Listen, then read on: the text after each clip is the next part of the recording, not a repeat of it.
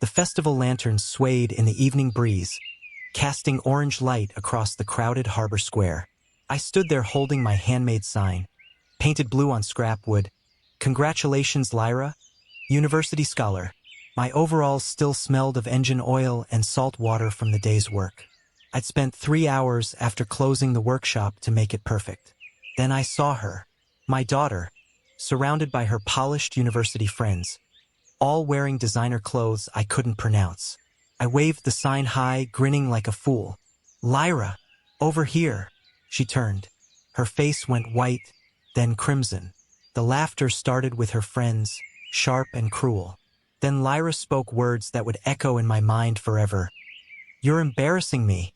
Can't you just stay away? Look at yourself." The music seemed to stop. Fishermen I'd known for decades fell silent. Children stared.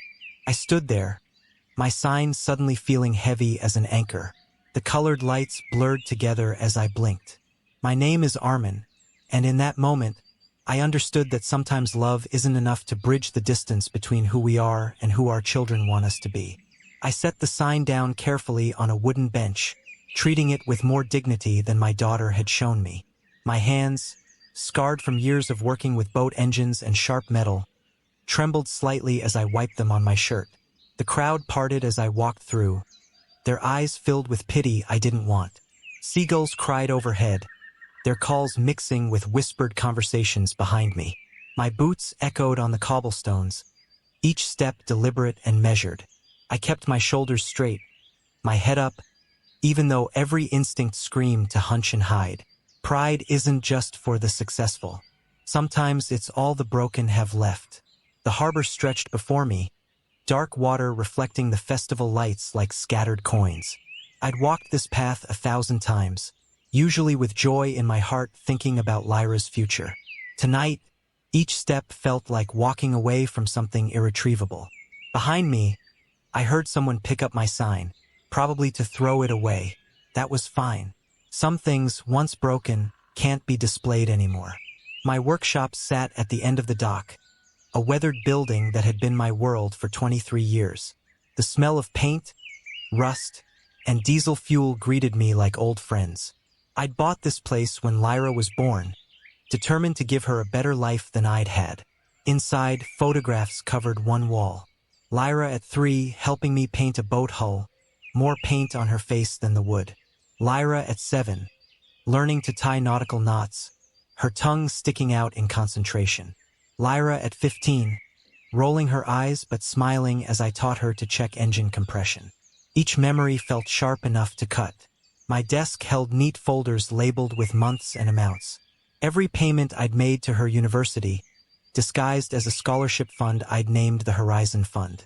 500 here, 1,000 there, sometimes more when I worked 16-hour days and skipped meals. The bank teller, Mrs. Corvash, always smiled sadly when I came in, knowing I was giving away my future for my daughters. I'd never wanted thanks.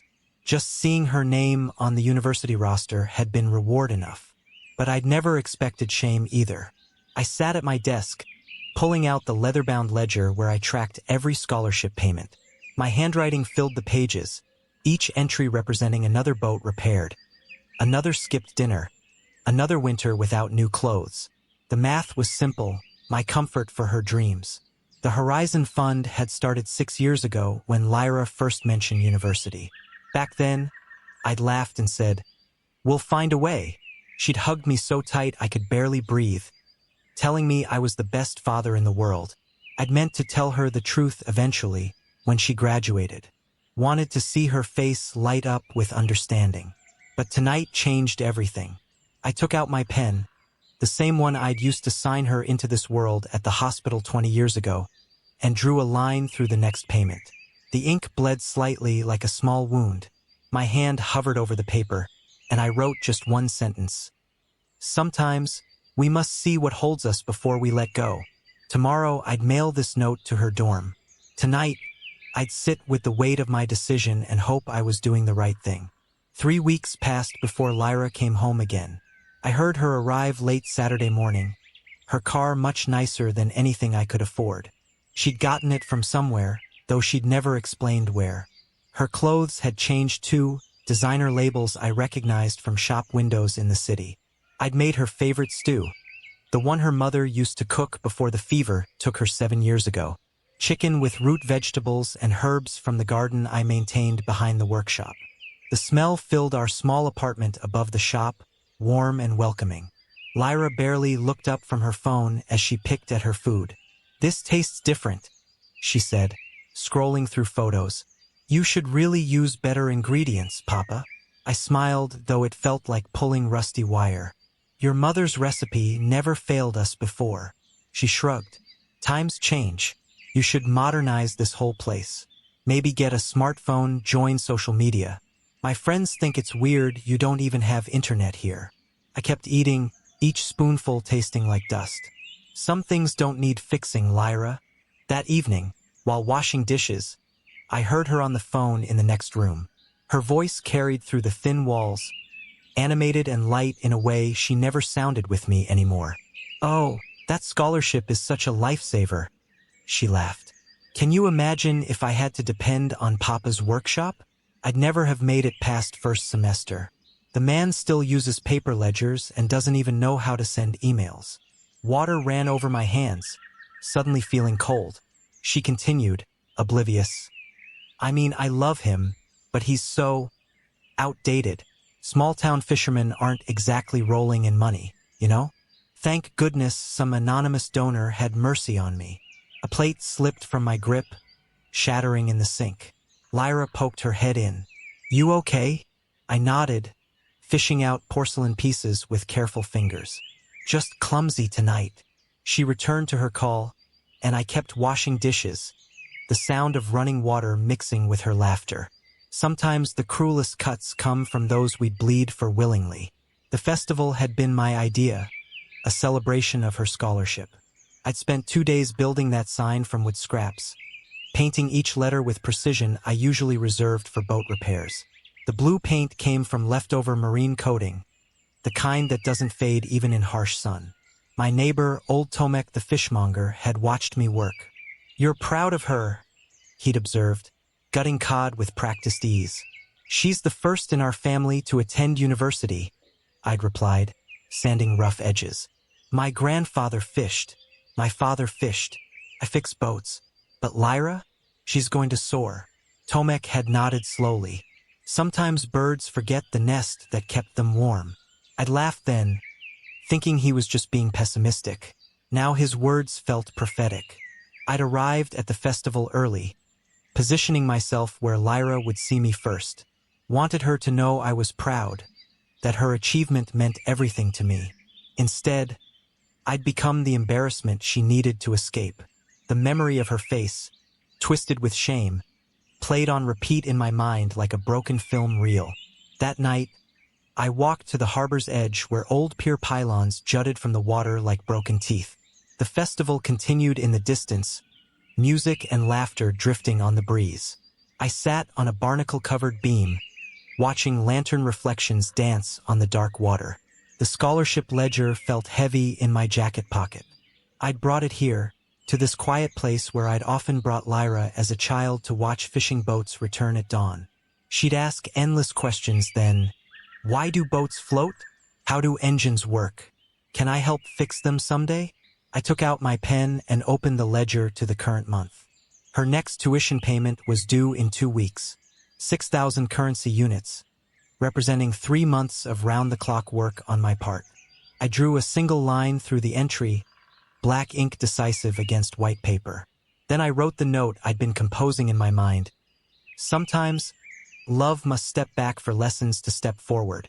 I folded it carefully, addressed an envelope, and tucked it with the scholarship seal I kept for official correspondence. Tomorrow she'd receive it. Tomorrow everything would change. Lyra returned to her dorm Sunday evening, barely saying goodbye. I'd given her containers of leftovers she'd probably throw away, and she'd accepted them with the distant politeness you'd show a helpful stranger. The hug she gave me felt obligatory, her body already turning toward the door. I'd watched her drive away, expensive car disappearing into city-bound traffic. Then I'd mailed the letter. For days later, my phone rang. Her voice was panicked. "Papa, something's wrong with the scholarship. They sent a notice saying funding is suspended. There must be a mistake. I stirred my morning coffee slowly. Perhaps you should contact them directly. I tried.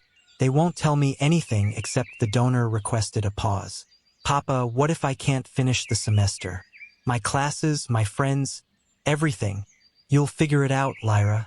You're smart, resourceful. I raised you to solve problems. Silence stretched between us. Can you help? Maybe take a loan. I'm just a simple boat mechanic, remember? With outdated ways and no money. The words came out gentler than I felt. I'm sure you'll find a solution. I hung up softly, my coffee gone cold. 2 weeks passed with no word from Lyra. I imagined her in her dorm, finally understanding what it meant to worry about money. Bills would be piling up, the university accountant sending increasingly stern notices. Her wealthy friends would drift away when she couldn't afford their restaurants and shopping trips. I worked on boats with mechanical focus, letting the rhythm of repair soothe my troubled heart. Replace the fuel pump, clean the carburetor, test the compression. Simple problems with simple solutions, unlike daughters who'd grown too big for their raising. Mrs. Corvash from the bank stopped by one afternoon with documents. Armin, are you sure about this? The Horizon Fund can be reinstated. I shook my head, tightening a bolt with more force than necessary. She needs to learn some things can't be taken for granted. She's your daughter. Exactly. I set down my wrench, which is why I love her enough to let her struggle. My father once told me, a ship that never faces storms never learns to sail. Lyra's been in calm waters too long. Mrs. Corvash left quietly, and I returned to my work, hands steady even as my heart ached. Lyra's third call came at midnight, her voice raw from crying. Papa, I went to the scholarship office. They told me the Horizon Fund has no listed donor, just cash deposits from our town's post office. Papa, was it you? I sat in darkness, phone pressed to my ear. Outside, waves crashed against the dock pilings, a sound that had lulled me to sleep for decades. What makes you think that? Because nobody else would care enough. But Papa, you can't afford this. The workshop barely makes enough for you to live on. How could you possibly? Sometimes we find ways, I said softly. But Lyra, I need you to understand something. Money isn't the point anymore. Respect is. Dignity is. I know I was awful at the festival. I'm sorry, You're sorry because you need something, I interrupted. That's not the same as understanding what you did wrong. She started crying again. I wanted to take it all back, reinstate the funding, make everything right. But sometimes love means letting people face consequences. I said goodnight and turned off my phone, knowing I wouldn't sleep. The next morning, Lyra appeared at my workshop door. She looked terrible. Hair uncombed, clothes wrinkled, eyes red and swollen. A bus ticket jutted from her jacket pocket, the early route that took 6 hours of winding coastal roads. I came home, she said unnecessarily. I can see that.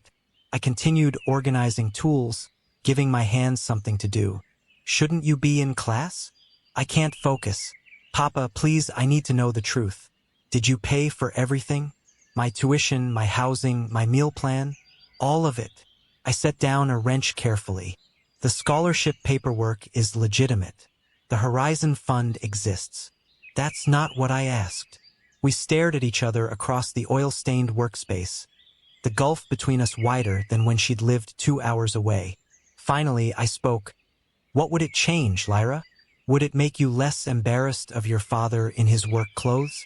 Would it make you respect the hands that built your future? She opened her mouth, closed it, opened it again. I don't know, she whispered. Then maybe you should figure that out. I turned back to my work. There's leftover stew in the apartment if you're hungry. I came back from buying supplies late afternoon to find my workshop door unlatched.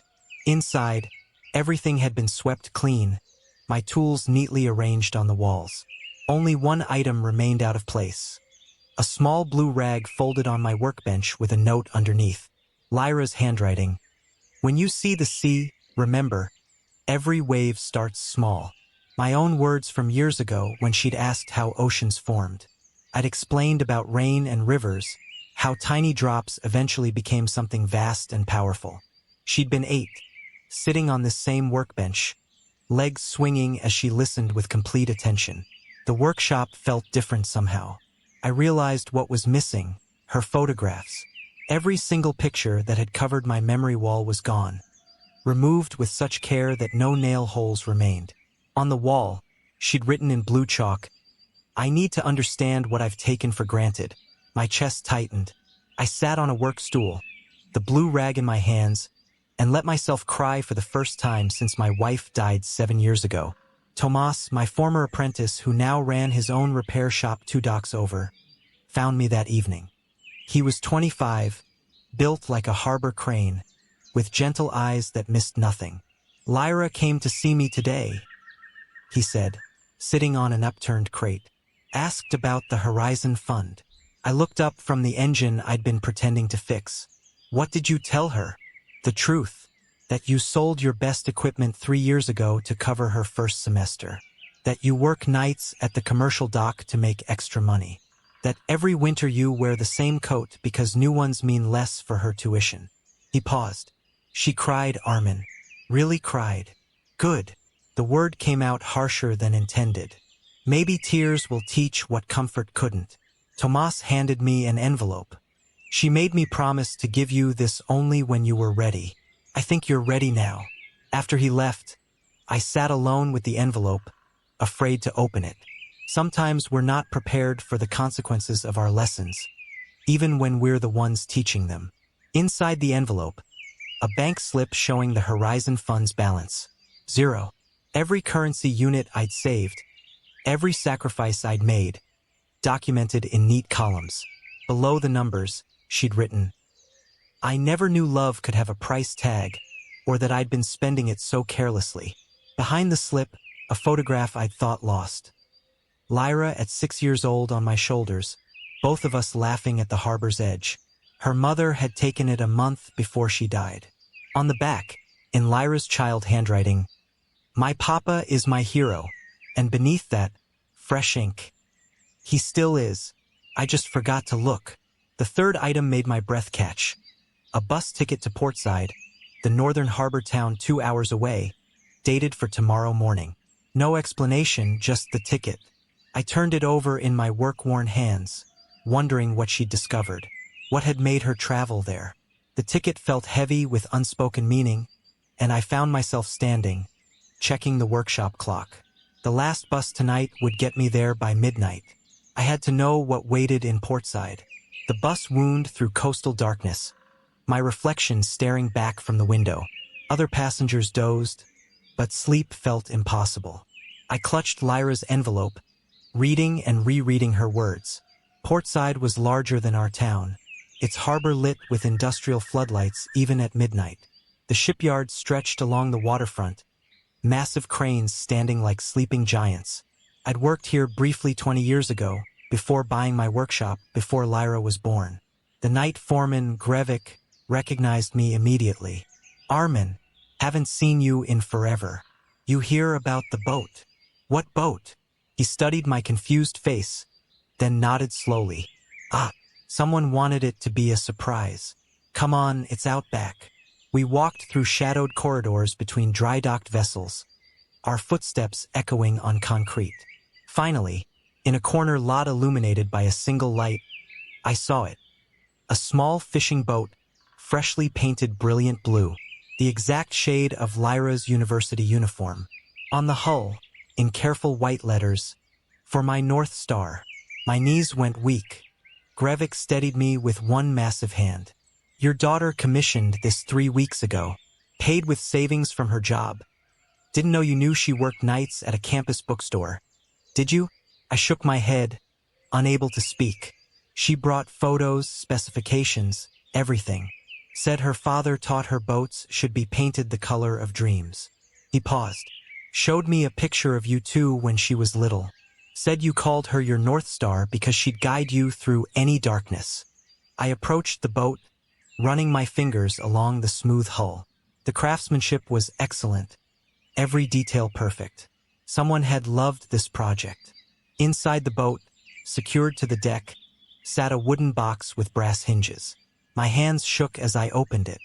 Inside, cushioned in velvet, lay an old cassette tape recorder, the kind I hadn't seen in decades. A note on top, "Press play, Papa."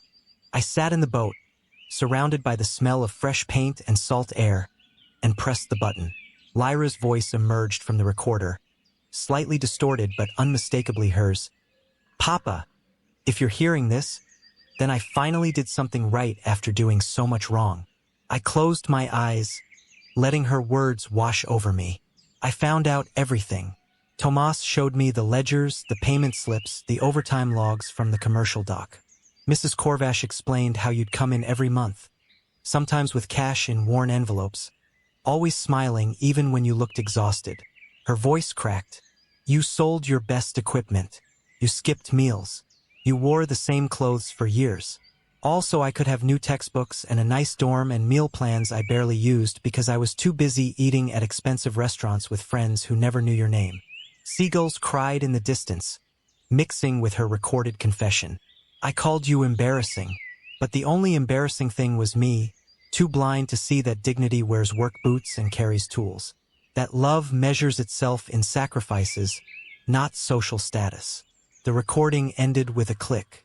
I sat in the blue boat under the stars, finally letting myself cry. I spent the night in portside, unable to face the journey back. Grevik let me sleep in the shipyard office, and at dawn I stood at the harbor watching fishing boats head out to sea. My phone rang. "Tomas. Armin. Lyra's been looking for you. She's frantic. Tell her I got her gift.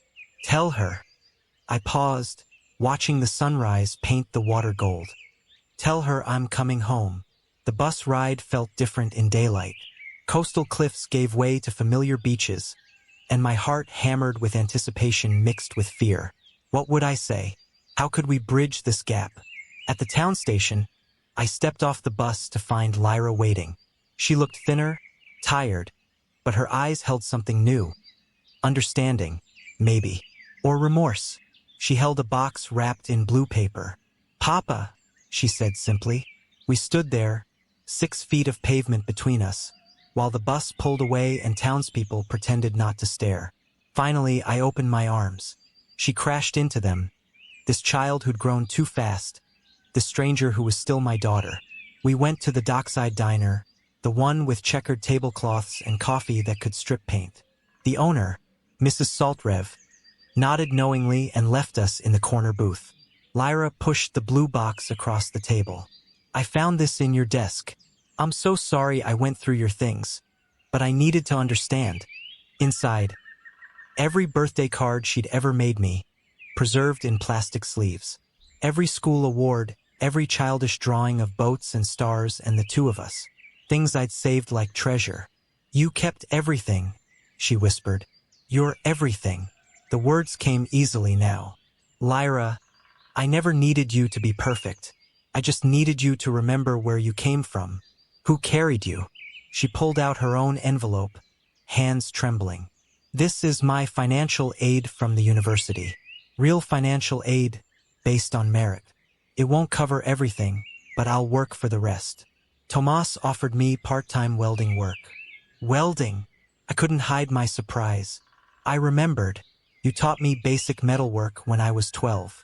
I thought I'd forgotten, but my hands remember." She smiled shakily. "Turns out, being your daughter means something." Over the next weeks, Lyra moved back home. Not permanently. She'd return to university, but long enough to work and save and remember.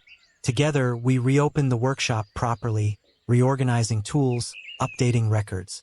She worked alongside me, learning again or maybe for the first time. How to diagnose engine problems by sound. How to patch fiberglass. How to respect the work that feeds families and builds futures. The townspeople watched our reconciliation with approval. Old Tomek brought fresh fish for dinners. Mrs. Corvash helped Lyra set up a proper budget. Tomas taught her advanced welding, praising her quick learning. One evening, as we painted a repaired hull together, Lyra said, "I'm changing my major. adding mechanical engineering as a second focus. I paused, brush dripping blue. Why? Because someone has to inherit this workshop eventually, and I want to be worthy of it. She met my eyes. I want to be worthy of you. My throat tightened. You always were, Lyra. You just forgot to see it. We painted in comfortable silence, father and daughter, building something new on old foundations. 3 months later, university resumed. This time, Lyra's departure felt different. She'd packed her bags with clothes from thrift stores, books from the library, and lunchboxes I'd filled with homemade food. No expensive car, she'd sold it, using the money to buy proper welding equipment for the workshop. For when I come home on weekends, she'd explained, I'll work with Tomas, earn my way.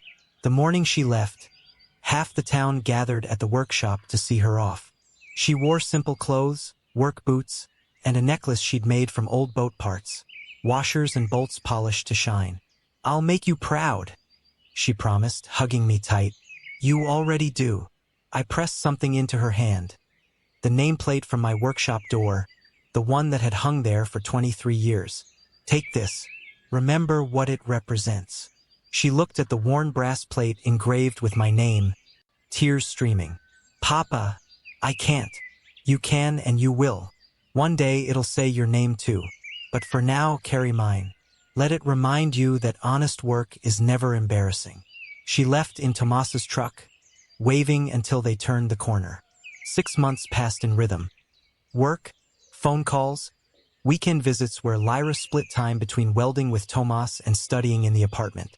She joined student groups advocating for trade education, speaking passionately about skilled labor's dignity. Then came the graduation announcement.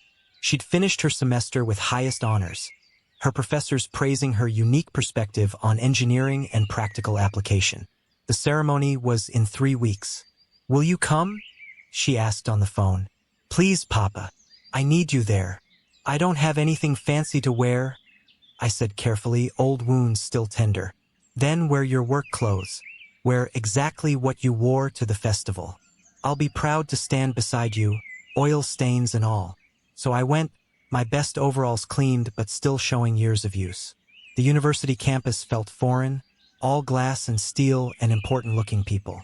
But Lyra met me at the gate, wearing her graduation gown with something attached to the collar, my workshop nameplate. So everyone knows where I came from, she said simply.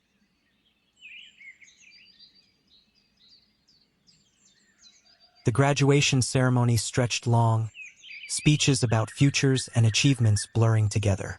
Finally, Lyra's name was called for a special recognition. Outstanding student in applied engineering. She walked to the podium, my nameplate catching light. Instead of the short acceptance expected, she spoke, I want to thank someone who isn't listed in the program. The person who funded my education wasn't a distant scholarship board or wealthy benefactor. It was my father, a boat mechanic who gave everything so I could have anything. The auditorium went quiet. She continued, He wore work clothes to my celebration once, and I was embarrassed. I called him humiliating in front of everyone who mattered to me. But I was wrong about who mattered and what was humiliating. I sat in the back, tears running freely. My father taught me that dignity doesn't wear suits or drive fancy cars. It shows up. It works. It sacrifices without asking for applause. Today I graduate with honors. But the real honor is being his daughter. She held up the nameplate. This belongs to a man who built boats and dreams with the same skilled hands. Someday, I hope my name deserves to hang beside his. After the ceremony, Lyra found me in the parking lot where I'd retreated, overwhelmed. Graduates and families swirled around us, but we stood in our own quiet bubble. There's one more thing, she said, taking my hand. Come with me. We drove to the harbor, our harbor, where everything had changed that festival night. At the dock, floating proudly, was the blue boat from portside. Grevik had delivered it, she explained, as her graduation gift to me. The North Star too, she said, reading new letters on the hull. Because you've been my constant star, and now I want to be yours. The boat was beautiful. Fully equipped, engine humming, bright as hope itself.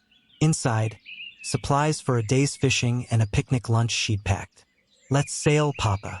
Just us, like when I was little." So we did. We pushed off from the dock as the sun began setting, painting the water gold and pink.